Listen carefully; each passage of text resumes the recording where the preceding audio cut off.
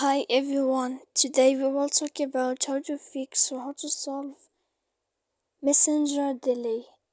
To know how to fix or how to solve messenger delay, you should just go to settings like this where we click.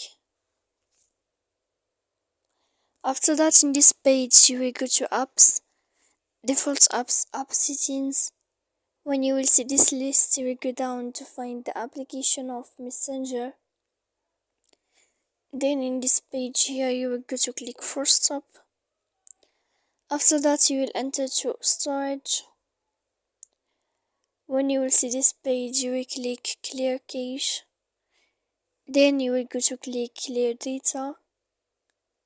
And after all that, when you will end this, you can turn off your phone. So please don't forget to support us by like and subscribe. See you next time.